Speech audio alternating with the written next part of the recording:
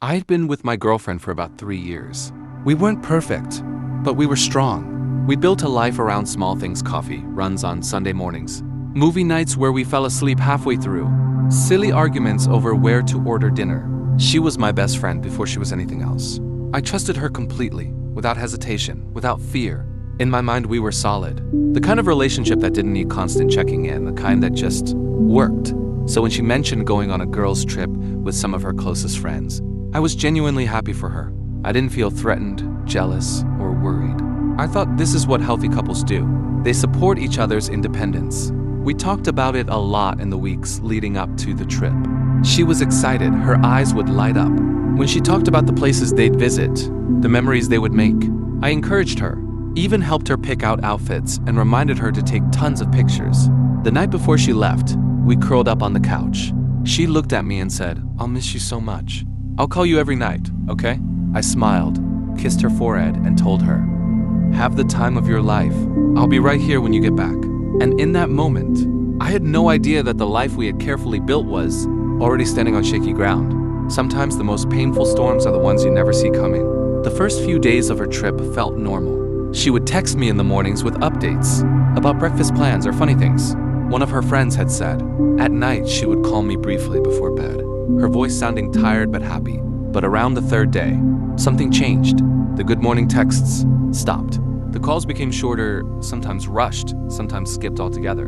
When I asked if everything was okay, she brushed it off. "Just busy having fun. Love you."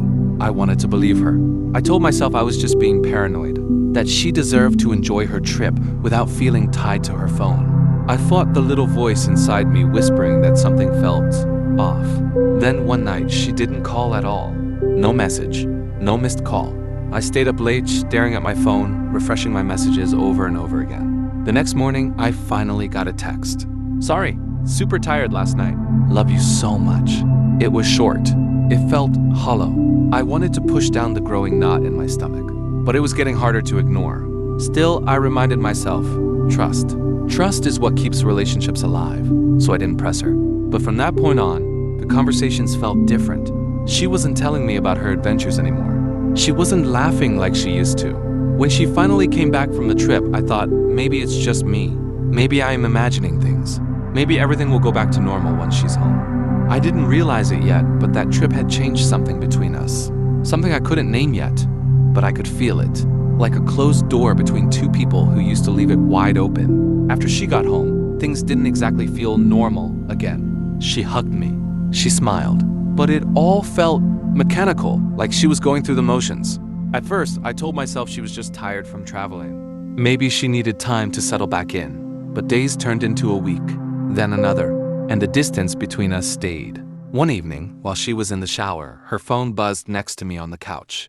I wouldn't normally even think about looking, but something inside me, a mixture of fear and heartbreak, pushed me to glance. It was a message from one of her friends from the trip. It read, "I can't believe you haven't told him yet. You need to be honest." My heart dropped. I froze, staring at those words, feeling the room spin a little around me.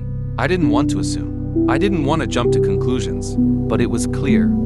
Something had happened, and she hadn't told me. When she came out of the shower, I tried to act normal. I didn't want to accuse her without understanding the full truth, but it was almost impossible to meet her eyes without feeling a crack form inside me. That night, as we lay in bed side by side, both silent and awake, the weight between us was unbearable. I knew I had to ask. I couldn't live with this heavy, gnawing doubt eating at me from the inside out. But part of me was terrified because once I asked, there was no going back. The answer could change everything we had built together. And deep down, I already knew it probably would. The next evening, after another day of pretending everything was fine, I finally found the courage to speak. We were sitting at the kitchen table, barely touching the dinner she had made. I cleared my throat and said softly, "Can we talk about your trip?" She looked up, startled, almost like she had been expecting this but still hoped it wouldn't come. I watched her face carefully.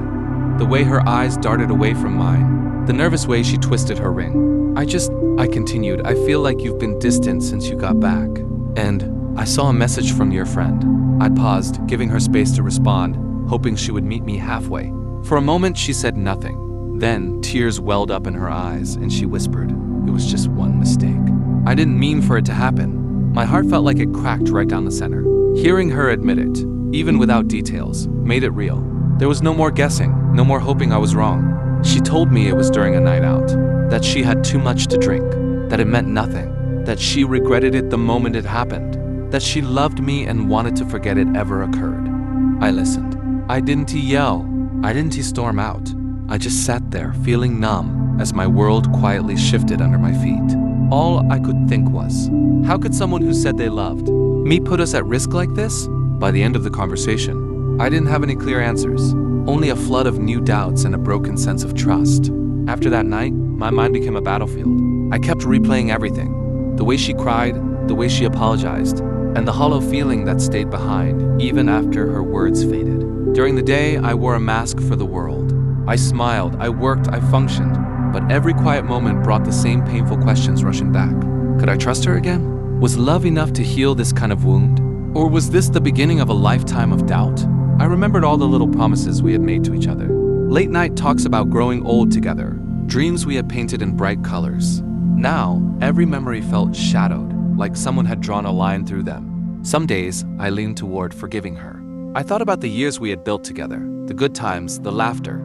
I reminded myself that no one is perfect, that maybe this was something we could overcome with enough love and work. But then came the other days.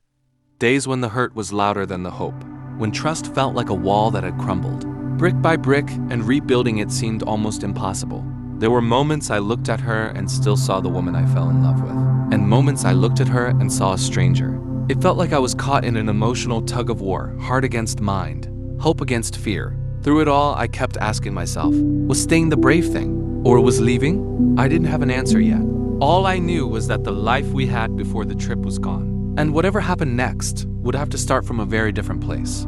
It took me a few weeks of wrestling with my emotions before I realized something important. I couldn't live in limbo forever. Every conversation with her felt heavier. She was trying, I'll give her that. She apologized. She checked in on me. She gave me space when I needed it. But no matter what she did, the trust we once had didn't come back like flipping a switch. It stayed broken, lingering between us like a fog. One evening, we sat across from each other at the kitchen table, silent. The same table where we used to laugh over late-night snacks and share our dreams. She asked softly, "Do you think we can fix this?" I looked at her, really looked. The person I loved was still there, but so was the pain. It wasn't anger that guided my decision. It was sadness, deep and quiet. I realized I didn't want to spend the rest of my life doubting, wondering every time she was away if she was truly where she said she'd be. Love needs trust to survive. Without it, love becomes fear, and I didn't want that for either of us. I told her, as gently as I could, that I needed to walk away, not out of hatred, not to punish her, but to protect the parts of me that still believed in love, loyalty, and peace. It broke both our hearts, but sometimes loving someone means knowing when to let go. It wasn't the ending I imagined for us, but it was the one I needed, and deep down, I think she understood that too. After everything, the hardest part wasn't the breakup itself. It was waking up the next morning and realizing the future I had pictured no longer existed. For a while, I carried the heaviness everywhere I went. Little things would trigger memories, her favorite coffee order, the sound of a song we used to sing in the car, the way she used to text me goodnight. Grief doesn't just come from death. Sometimes it comes from the quiet end of something you once believed would last forever. But in that sadness, I found something unexpected clarity. I realized that setting boundaries isn't about being controlling. It's about honoring your own worth. It's about protecting the life you're trying to build and making sure the people in it truly respect you. If someone's actions make you question your own value, it's okay to step away. You don't have to stay just because you love them. You're allowed to love yourself too. Looking back now, I don't regret asking questions. I don't regret trusting my instincts. I don't regret walking away. It wasn't easy. It wasn't neat. It wasn't what I wanted, but it was right for me. If you're listening to this and you're struggling with trust, remember, you deserve a relationship where peace is the norm, not a luxury. You deserve to be with someone who makes you feel secure, without you having to ask for it. Thank you for staying with me through this story. It means more than you know. Before you go, I'd love to hear your thoughts. What would you have done if you were in my shoes? Share your thoughts in the comments. I'll be reading them. And if this story touched you, please like, subscribe, and share with someone who might need to hear it.